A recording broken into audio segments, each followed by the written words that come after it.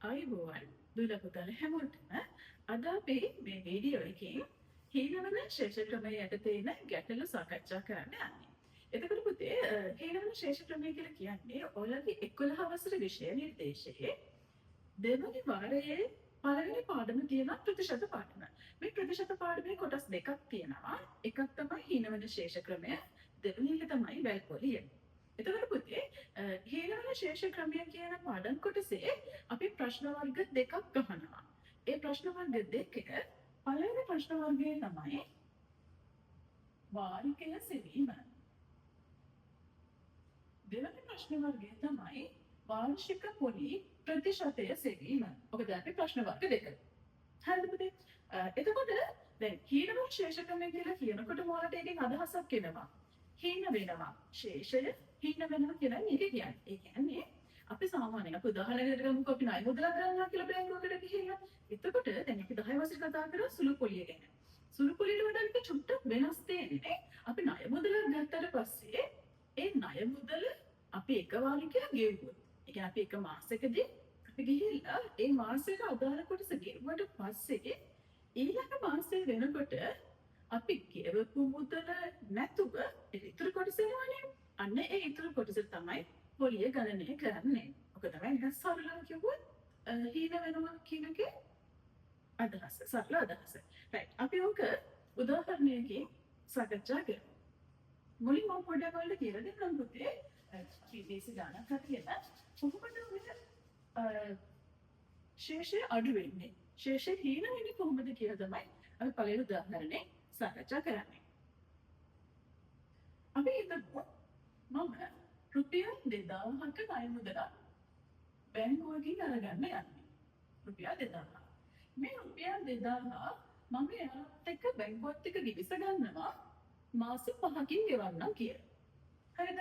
මාස 5ක් කියන එක අපි කියනවා වාරික 5යි කියලා.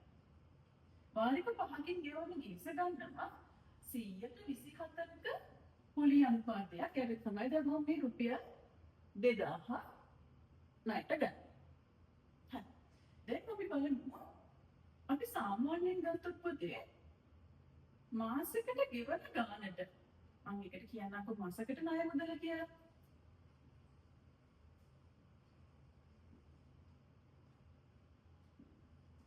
එක මාසෙකට ණය මුදල මම හොයනවා නම් මම රුපියල් 2000ක් තමයි ණයට ගන්නේ.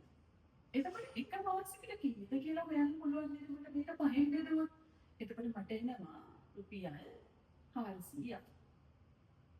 හරි.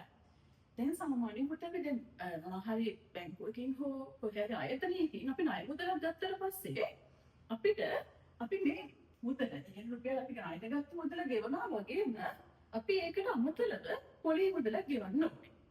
අන්න ඒ පොලි මුදල මෙතනදිත් අපිට ගණනය කරන්න තියෙනවා. දැන් අපි හිතමු මෙන්න එහෙම.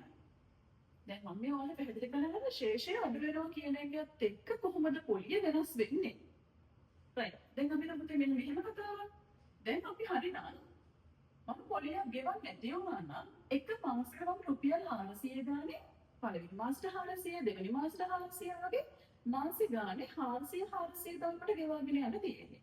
හැබැයි එහෙම නෙවෙයි මෙතනට මොකද පොලියක් එකතු වෙනවා. දැන් අපි බලමු පළවෙනි මාසයට අපි සාකච්ඡා කරමු පුතේ. පළවෙනි මාසයේදී මෙයා මේ රුපියල් 2000ම බැංකුවට ණය. එතකොට පළවෙනි මාසයට පොලිය ගණනය කරනකොට රුපියල් 2000 පොලිය ගණන පොලිය ප්‍රතිශතයෙන් ගුණ කරන්න ඕනේ. 124 ගුණ කරාම අපිට පුළුවන් පොලිය හොයන්න. හැබැයි දැන් මම මේ පළවෙනි මාසයට පොලිය හොයනකොට මෙතන සාමාන්‍යයෙන් පොලිය ප්‍රතිශතයක් දෙන්නේ වාර්ෂික පොලිය ප්‍රතිශතයක් විදියට. මම මෙතන හොයන්න යන්නේ එක මාසයකට පොලිය. පළවෙනි මාසෙට පොලිය හොයන්න යන නිසා මට ඕනේ මේ දීලා තියෙන අවුරුද්දේ පොලිය ප්‍රතිශතයේ තියෙන අවුරුද්දකට එක මාසයකට හොයන්න මේක 12න් බෙදන්න ඕනේ. එතකොට මේ දීලා තියෙන වාර්ෂික පොලි ප්‍රතිශතය 12න් බෙදුවට පස්සේ පුතේ මේක මාසික පොලි ප්‍රතිශතයක් විදිහට තමයි අපිට ලැබෙන්නේ.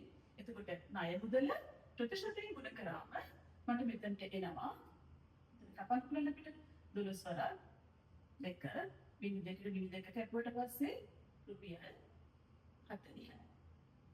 දෙවනි මාසය වෙනකොට මොකද වෙන්නේ? ඔන්න දැන් මම මේ ශේෂයේ හිතනවා කියලා දැන් තමයි ඔබට පැහැදිලි කරන්න පුළුවන්. දැන් පළවෙනි මාසයෙන් හරියට පුතේ 400කුත් ගෙවන්න ඕනේ. පළවෙනි මාසයට අදාළ පොලියක් ගෙවන්න ඕනේ. එතකොට හිතමු අපි පළවෙනි මාසේ පොලිය ගෙවුවා. හරිද? දැන් 2000 ගම ගත්තේ. ඒ 2000න් දැන් මම 400ක් දැන් ගෙවුවා පළවෙනි මාසෙදී. එතකොට දෙවෙනි මාසේ වෙනකොට 2000ම එයා ණය නැහැ. 2000න් 400ක් පළවෙනි මාසේ ගෙවුව නිසා 400ක් දැන් අඩු වෙනවා. එයාගේ ණය මුදලේ 400ක් අඩු වෙනවා. එතකොට මෙතන ණය මුදල වෙන්නේ 1600ක්. එහෙනම් දෙවෙනි මාසයේ පොලිය අයන් කරනකොට පොලිය හොයනකොට ඒ 1600 තමයි අපේ පොලිය ප්‍රතිශතයෙන් ගුණ කරන්න ඕනේ. හරිද? එතකොට අතන සුපුරුදු පද්ධතිය ආයේ සුළු කරන් තියෙන්නේ 1යි හැපුවා 16 එකක් 32. හරිද? ඔය විදිහට බලමු තුන්වෙනි මාසයේ කතා කරමු. තුන්වෙනි මාසයේ වෙනකොට මගේ ණය මුදල දැන් 2000 ඊට පස්සේ මම 400 ගෙවුව නිසා තමයි මේ මුදල අඩු වෙන්නේ. තුන්වෙනි මාසයේ වෙනකොට මේ තවත් 400ක් දැන් දෙවෙනි මාසයේ අය ගෙවලා තියෙන්නේ. තුල තුන්වෙනි මාසයේ වෙනකොට පුතේ මේකෙන තවත් 400ක් අඩු වෙනවා කියන්නේ 1200යි මගේ ණය මුදල. ඒක සුපුරුදු පරිදි පොලි ප්‍රතිශතයෙන් ගුණ කරනවා.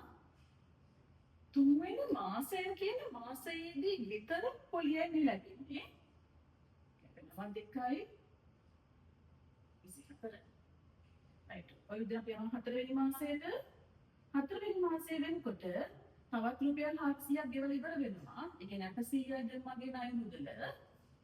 124 ගුණ කළා 12න් බෙදුවා 16යි. හතරවෙනි මාසයේදී පොලිය 16යි. මම එන අවසාන මාසෙ මොකද මම ඉගෙසගන්නේ මාස 5කින් මේක ගෙවලා ඉවර කරනවා කියලා. පස්සේ අවසාන මාසයේ වෙනකොට මට ගෙවලා තියෙන අවසාන ණය මුදල වෙන රුපියල් 400 තමයි පුතේ ගෙවන්න ඉතුරු වෙන්නේ. එතකොට මේක 124 ගුණ කරාම 12න් බෙදනවා එක මාසෙකට පොලිය ප්‍රතිශතය වෙන නිසා රුපියල් 8. දැන් ඔයාලට පේනවද මෙන්න මේකයි වෙන්නේ පුතේ. මාසික ගානේ අපි පාදිකයක් ගෙවනකොට මම තියෙන ණය මුදලේ කොටස අඩු වෙනවා. ඒක නිසා මේ ණය මුදල එන්නේ අඩු වෙලා තියෙන මාසයක් ගානේ. එහෙම අඩු වෙනකොට පොලියට මොකද වෙන්නේ? පොලියත් එන්න අඩු වෙනවා. එතකොට දැන් අපි බලමුකෝ දැන් පළවෙනි මාසෙදී හරිනම් එයා ගෙවන්න ඕනේ මේ ණය මුදල 400යි පළවෙනි මාසේ පොලිය රුපියල් 40යි 440ක්. දෙවෙනි මාසේ වෙනකොට 400 කියන ණය මුදලත් එක්ක පොලිය. තුන්වෙනි මාසේ වෙනකොට 400 කියන ණය මුදලත් එක්ක පොලිය. දැන් මම ණය මුදල ගත්තා නම් දැන් මටත් කරදරයි මම පළවෙනි මාසේ කීයක් ගෙවන්නද දෙවෙනි එකේ කීයක් මාසෙන් මාසෙ ගෙවන ගාන වෙනස් වෙනකොට ඒක මටත් කරදරයි අදාළ ආයතනත් කරදරයි පුතේ. ඒ නිසා මෙන්න මේ පොලිය හොයන කියන පියවර අපි පොඩ්ඩක් කෙටි කරගන්න ඕනේ. දැන් අපි බලපොත් අපිට දැන් මෙන්න මේ මාස පහේ ණය මුදල් ටික එකතු කරාට පස්සේ මට පුළුවන් මුළු ණය මුදල හොයාගන්න. හරිද? එතකොට මම රුපියල් 2000ක් මෙතන ණය මුදලක් ගන්නවා. මෙතන මට පුළුවන් මුළු පොලිය හොයාගන්න. එතකොට ණය මුදලයි මේ මුළු පොලියයි දෙක එකතු කරාම මට පුළුවන් මම ගෙවන්න තියෙන සම්පූර්ණ මුදල හොයාගන්න. හරිද? එතකොට මම ගෙවන සම්පූර්ණ මුදල හොයාගත්තට පස්සේ පුතේ ඒ මුදල මගේ මාස ගණනෙන් බෙදුවට පස්සේ එක මාසයකට කීයක් ගෙවන්න ඕනද කියලා මට හොයාගන්න පුළුවන්. හරිද? දැන් ප්‍රශ්නේ තියෙන්නේ මෙන්න මේ පොලිය හොයනවා කියන මේ පියවර මාස 5ක් නිසානේ මට මේ තරමින් හරි නවත්ත ගන්න පුළුවන් වුණේ. සාමාන්‍යයෙන් අපි ණයක් ගන්න මාස 5කින් ගෙවන්න නෙවෙයි අවුරුදු දෙකක් වෙන්න පුළුවන්. ඒ කාලයක දීර්ඝ කාලයකට ගත්තම මෙච්චර පියවර ගන්නකින් හදන්න බෑ. ඒ නිසා අපි මේ පොලිය හොයන පියවර කෙටි කරගන්නයි ඕනේ. මේකට මෙන්න මෙහෙම ක්‍රමයක් තමයි පුතේ පාවිච්චි කරන්නේ. දැන් ඔයාලට පේනවා මේ හැම පොලිය හොයන පියවරකදීම මෙන්න මේ කොටස 124 ගුණ කිරීම 12 කියන එක හැම පියවරේම අපි නැවත ලියනවා. ඒ නිසා මෙන්න මේ කැලල වෙනවනම් අපිට කෙටි කරන්න පුළුවන්. තව දෙයක් කියන්නම්කෝ දැන් මෙතන විතර ණය මුදල තියනවා නේද? මේ පළවෙනි මාසෙ ගෙවන ණය මුදල කියන්නේ එක මාසයකට ගෙවන ණය මුදල වගේ කී ගුණයක්ද? 5 ගුණයක්. 405ක් නේද මේ 2000ක් කියන්නේ. දෙවෙනි මාසෙ වෙනකොට එක මාසයකට ගෙවන ණය මුදල වගේ 4 ගුණයක්. මේ වගේනකොට තුන්වෙනි මාසෙ වෙනකොට මෙතන එනවා 400ව 3ක්. 800 කියන්නේ 400ව 2ක්. මේ තියෙන්නේ 400ව 1ක්. ආයෙමත් බැලුවොත් පුතේ එතකොට මේ හැම මම මේ කලින් සඳහන් කරපු මෙන්න මේ කොටස නැවත ලියවෙනවා. 400 බලන්න පුතේ. මේකත් මේ දැන් මම මේ කලින් ණය මුදල වලට මම දැන් මේ රතු ගෑනේ ලියපු කොටස වෙනස් කරේ මම. එතකොට මේ හැම පියවරේම නැවත 400 කියන එකත් ලියවිලා. එතකොට 400 කියන එකත් නැවත ලියවෙනවා. 124 කියන එකත් නැවත ලියවෙනවා. 12 එක කියන එකත් නැවත ලියවෙනවා. බලන්නකෝ හැම පියවරේම ඔය කොටස නැවත රිපීට් වෙනවා නේද පුතේ? ඒ නිසා අපිට පුළුවන් මෙන්න මේ කොටස වෙනුවට මෙන්න මේ කොටස වෙනම සුළු කරගන්න. ඔය කොටස නිතර ලියන නිසා. ඔය කොටසට අමතරව දැන් මේකෙදි එතකොට 400 ගුණ කිරීම 124 ගුණ කිරීම 12 එක. නේද? ඒ කියන්නේ මම දැන් ආයි කෙටියෙන් මම නිකන් සඳහන් කරන්න ආයෙම පළවෙනි මාසෙ ගත්තොත් 400 5 ගුණ කරා 124 12 එක. right ඔය පළවෙනි මාසේ. දෙවෙනි මාසේ වෙනකොට 400 4 ගුණ කරනවා 124 12 එක. මට ওই විදිහට ඔක මාස 5ක් වෙනකම් ඔක ලියුවොත් ඔයාලට පේනවා පුතේ 400යි 124යි 12 එකයි තුනටම පොදුයි කියලා. ඒ පොදු කොටස අයින් කරාම මේකෙන් ඉතුරු වෙනවා 5ක්. මේකෙන් ඉතුරු වෙනවා 4ක්.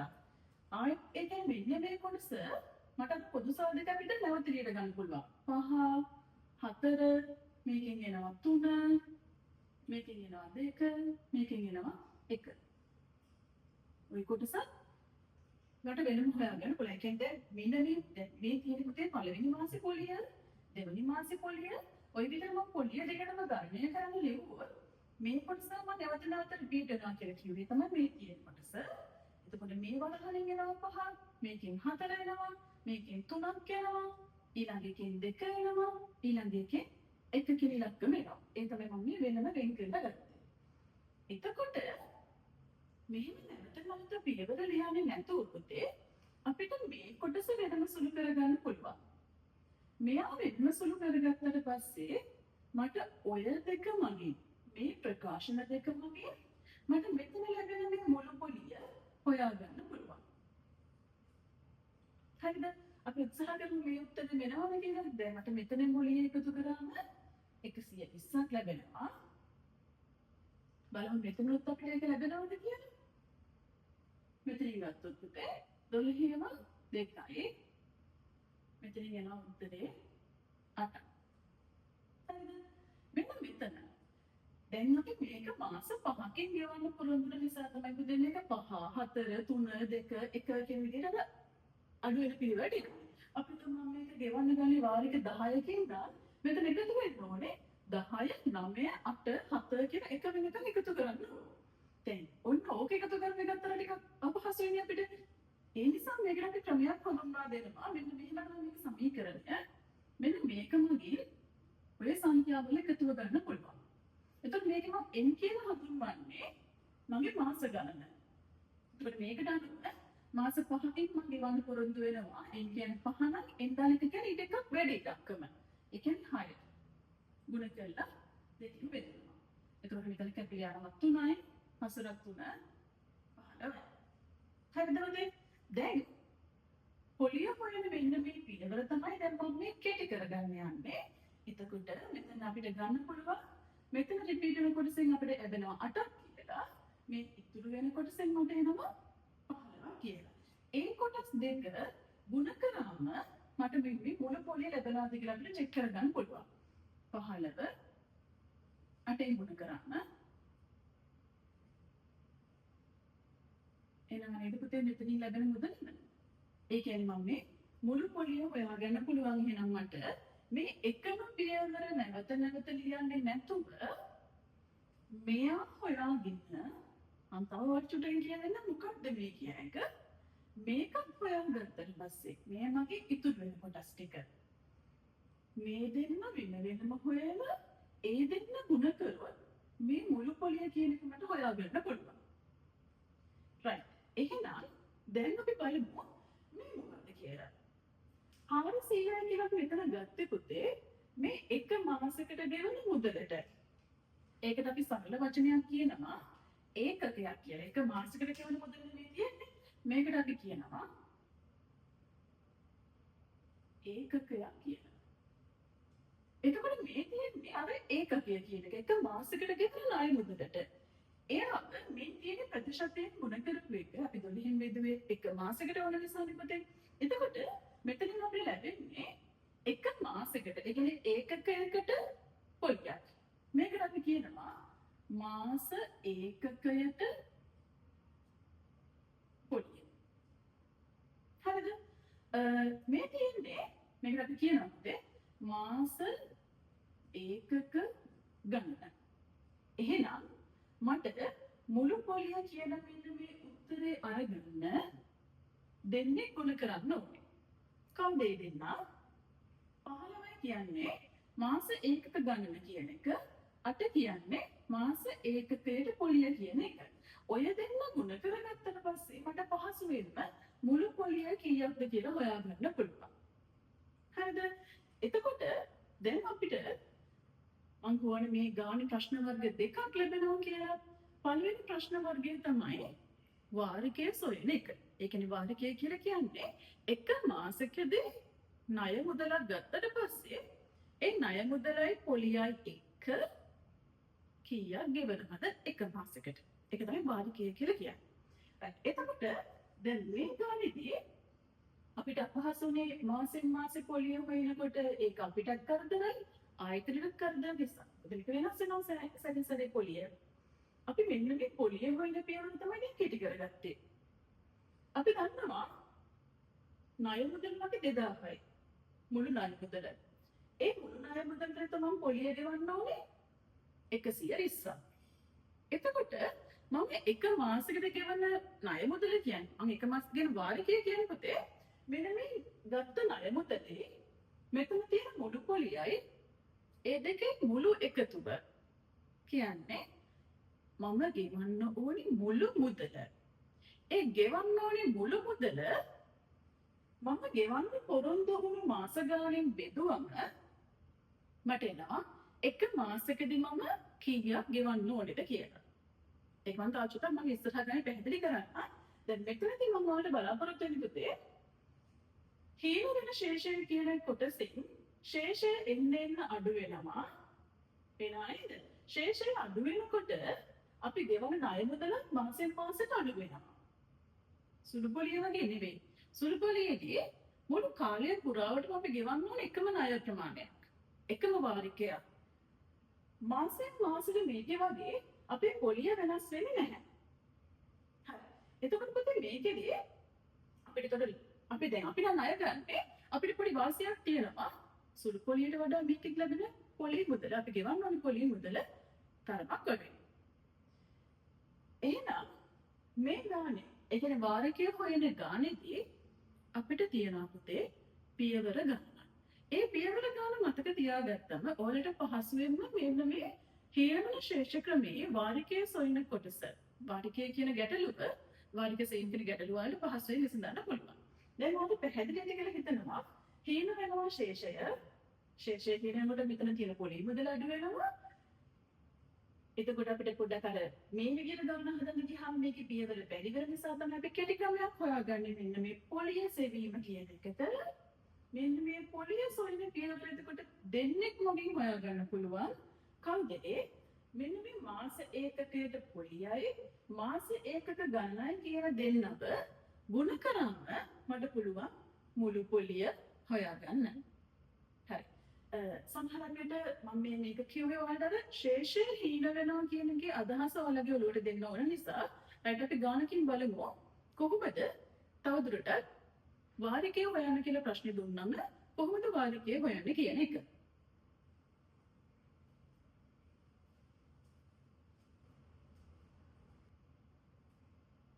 පළවෙනි ගන්න විදිහට වාරිකයේ සෙවීම කියන කොටස ගත්තොත් පුතේ මේක තියෙනවා වාරිකයේ සෙවීම කියන ප්‍රශ්නේදී අපිට තියෙනවා පියවර 6ක්. පියවර 6කින් තමයි අපි මේ ගන්න හදන්න තියෙන්නේ. පළවෙනි ප්‍රශ්නේ අපි බැලුවම පළවෙනි ප්‍රශ්නේ අපිට මෙන්න මෙහෙම ගත්තල එකක් දෙනවා. අපිට මුදලට රුපියල් 15500ක් වටිනා රෙදි සෝදන යන්ත්‍රය මුලින් රුපියල් 3500ක් ගෙවනවා කියනවා. ඔයාලා මේක නිතර සමහරක් වෙලාවට ඔය ටීවී එකේ ඇඩ් වල දකින්න නැති අපිට කියනවා මේ මුලින් මෙන්න මෙච්චරක් ගෙවුවා ඉතිරිය ටික ටික ගෙවලා ගෙනන්න කියලා කියනවා නේද? ඔන්න ওই වගේ ගානක් තමයි දැන් අපි මේ හදන්න යන්නේ. හරි එතකොට දැන් මේකත් ඒ වගේ පුතේ. රයිට් එතකොට මේකේ මෙන්න 15500යි කියන රෙදි සෝදන යන්ත්‍රය අපි මුලින් ගෙවන්න රුපියල් 3500ක්. ගෙවලා ඉතිරිය 124ක පොලියක් යටතේ වාරික 6කින් ගෙවලා නිම කරන් තමයි පොරොන්දු වෙන්නේ. රයිට් ප්‍රශ්නේ අපෙන් අහන්නේ මාසික වාරිකයක අගය සොයන්න කියලා.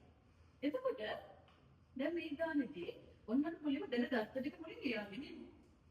මේක අපිට කියනවා රුපියල් 15500යි මගේ වොෂින් මැෂින් එක. හරිද? මේක මම නිකන් ගෙවන්න පොරොන්දු වෙන්නේ වාරික 6කින් තමයි ගෙවන්න පොරොන්දු වෙන්නේ. 24ක පොලිය ප්‍රතිශතයක් විතර තමයි මම මේකේ පොලිය ගණනය කරනවා කියලා කියන්නේ.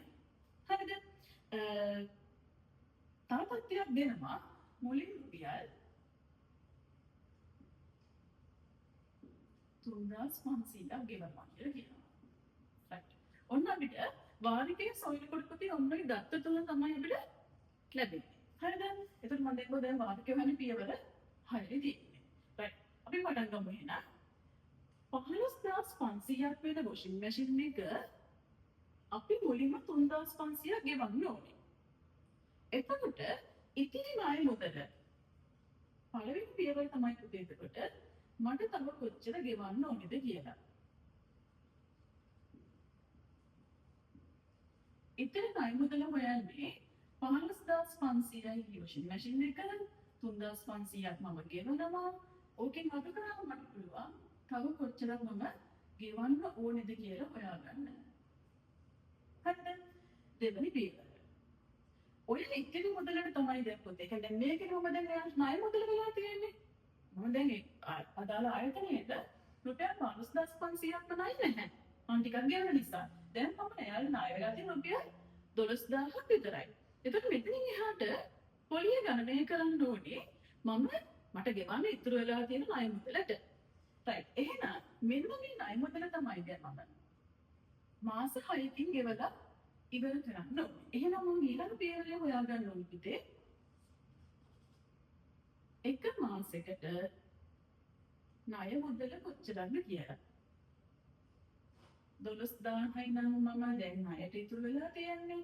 ගෙවන්න ඕනේ මාස 6කින් නම් එක මාසයකට කීයද කියලා බලන්න මාස ගණනින් මම ගෙවන්න පොරොන්දු වුණු මාස ගණනින් බෙදන්න ඕනේ. ඒකවල මෙතන එනවා රුපියල් 2000ක් තමයි එක මාසෙකම ගෙවන්න ඕනේ. අර මේකට තමයි මම කිව්වේ ඒකකයක් කියලා. එක මාසෙකට ගෙවන්න ඕනේ ගන්න. ඊළඟ පියවරේදී දැන් අපි හොයාගන්න ඕනේ මුළු පොලිය කීයක් ගෙවනවද කියලා. එතකොට මම අර කලින් උදාහරණ දෙන්න කිව්වා මුළු පොලිය හොයන්නේ දෙන්නේ මේක මම මේක මතක තියෙන්න ඕනේ. මුළු පොලිය හොයන්නේ මාස ඒකක ගණනයි මාස ඒකකයට පොලියයි ගුණ කරලා මෙන්න මේ දෙන්න හොයාගත්තොත් තමයි මට මුළු පොලිය හොයාගන්න පුළුවන් වෙන්නේ. එහෙනම් ඊළඟ පියවරේදී මම මාස ඒකකයට පොලිය හොයාගන්න ඕනේ මාස ඒකක ගණන හොයාගන්න ඕනේ. right. මේ තියන්නේ මගේ ඒකකය.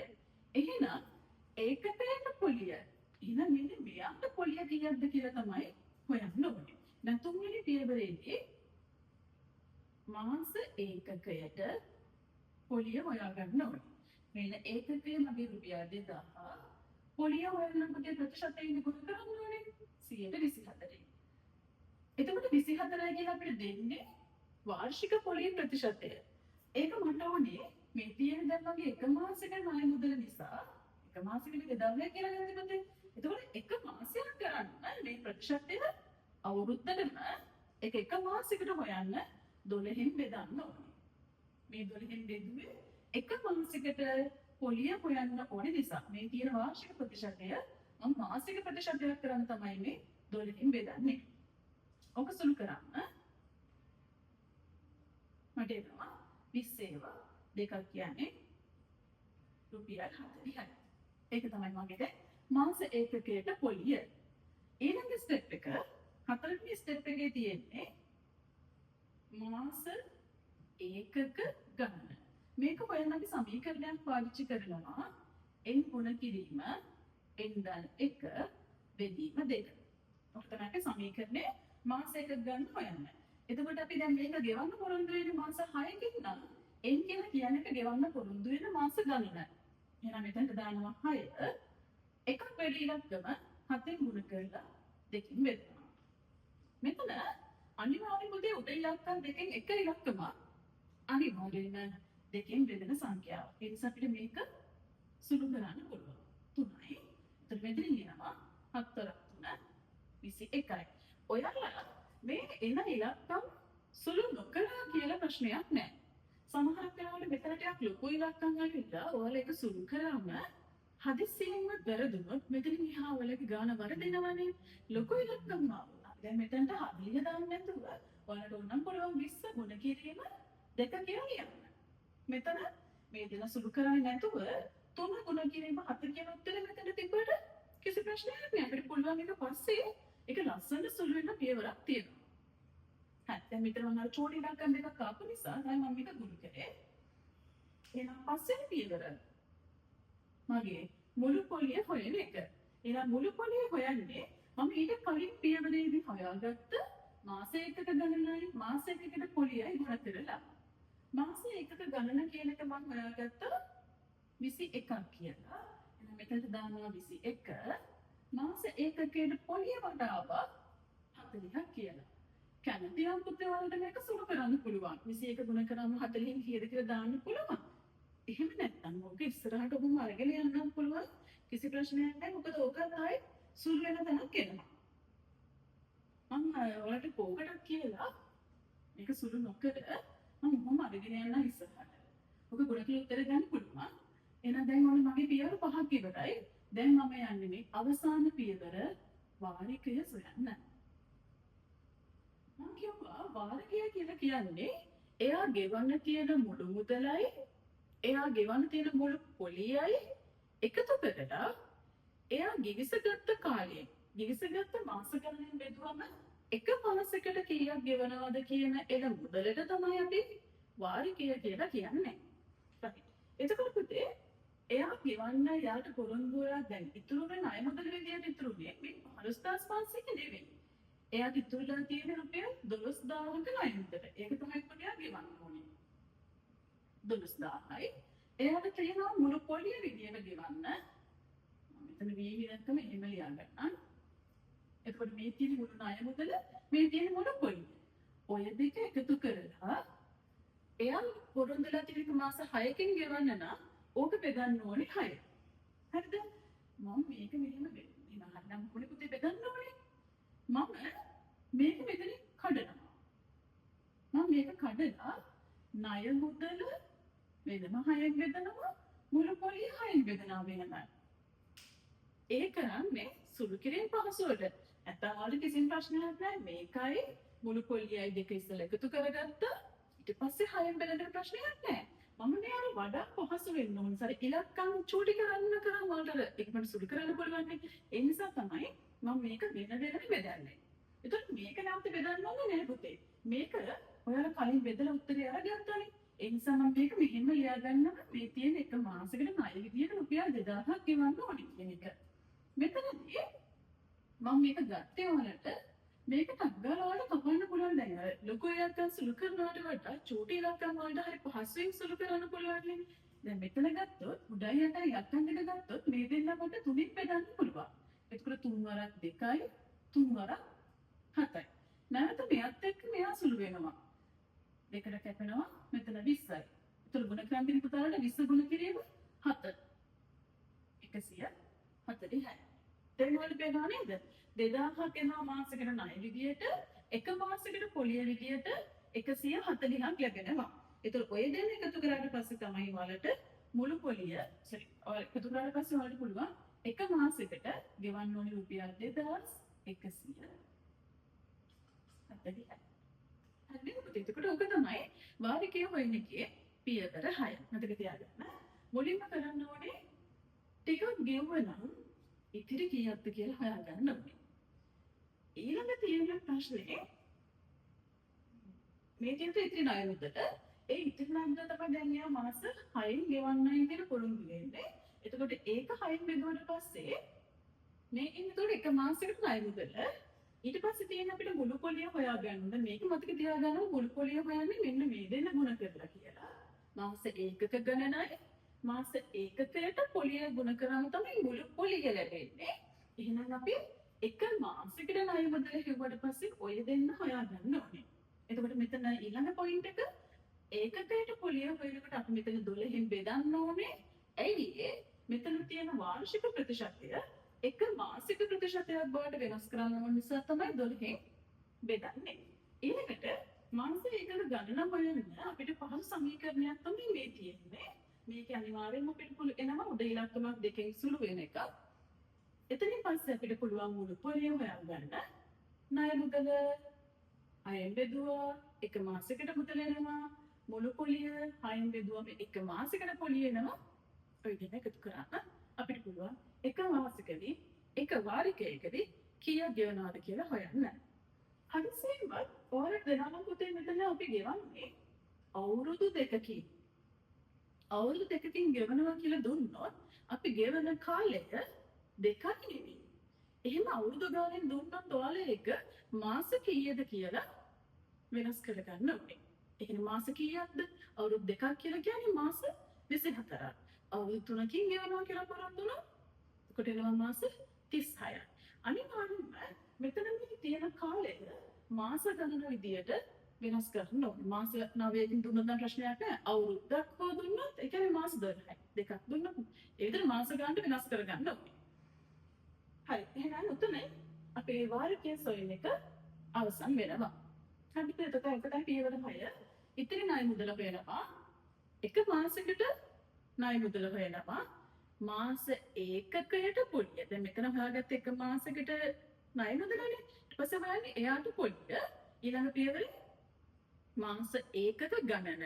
ඒ දෙන්න හොයාගන්නේ මුළු පොලිය හොයන්න ඕන නිසා.